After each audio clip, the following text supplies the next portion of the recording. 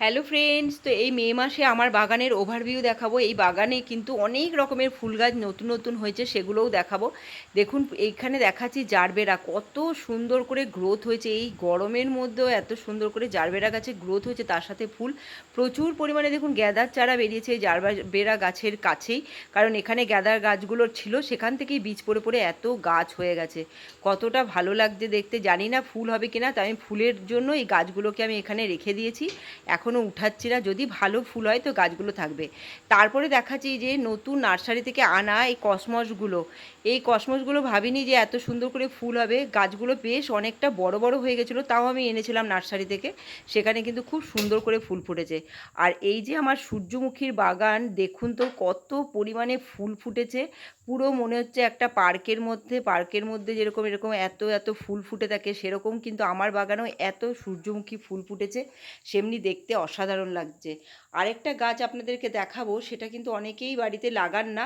সেটা হচ্ছে কাঞ্চন ফুলের গাছ। এই কাঞ্চন ফুলটা দেখতে একটু আলাদা, মানে নর্মাল যে কাঞ্চন ফুল হয় সে তার থেকে অনেকটা আলাদা।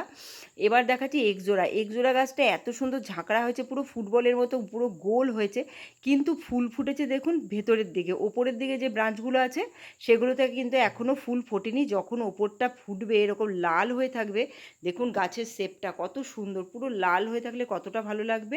তারপরে দেখাচ্ছি দেখুন মাধবীলতা গাছে নতুন করে কুড়ি চলে এসেছে। এই মাধবীলতা গাছগুলোতে ফুলগুলো কিন্তু খুব ভালো হয়। এগুলো কিন্তু হাইব্রিড, এগুলো দেশি নয়। দেশিগুলো যে এরকম লতানো হয়, এগুলো কিন্তু একটু অন্য ধরনের ঝাঁকড়া হয়, ফুলগুলো খুব সুন্দর হয়, অনেক দিন গাছে থাকে। তারপরে দেখাচ্ছি পদ্ম ফুলের টিউব আমি এনে এনে গামলাতে বালতিতে লাগিয়েছিলাম।